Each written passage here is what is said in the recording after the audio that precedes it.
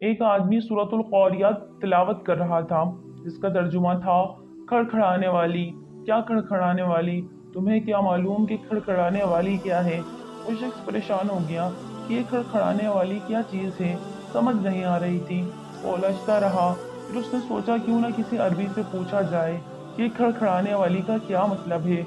इस आदमी का एक दोस्त अरब का बद्दू था, जो कि सहरा में ख़ैमा लगा के रहता था। उसने सोचा, मैं इसी से पूछता हूँ इस खड़खड़ाने वाली का मतलब। चुनाचा वो इसके पास सहरा में गया। अभी वो इसके खेमे के पास भी ना पहुंचा था कि इस बद्दू ने अपनी बीवी को आवाज दी कि अलक़ौरियातु अलक़ौरिया, कि देखो चूल्हे पे रखा हुआ इतना जोश दे रहा है कि इसको खोलने से चूल्हे पे रखी हुई चीज का ढक्कन खड़खड़ा रहा है।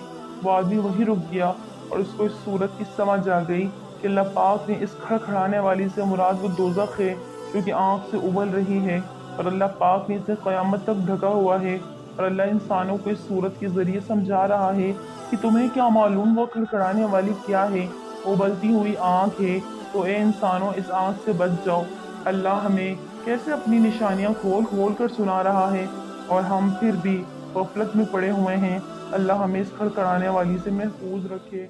आमीन सुम्मा आमीन या रब्बल आलमीन।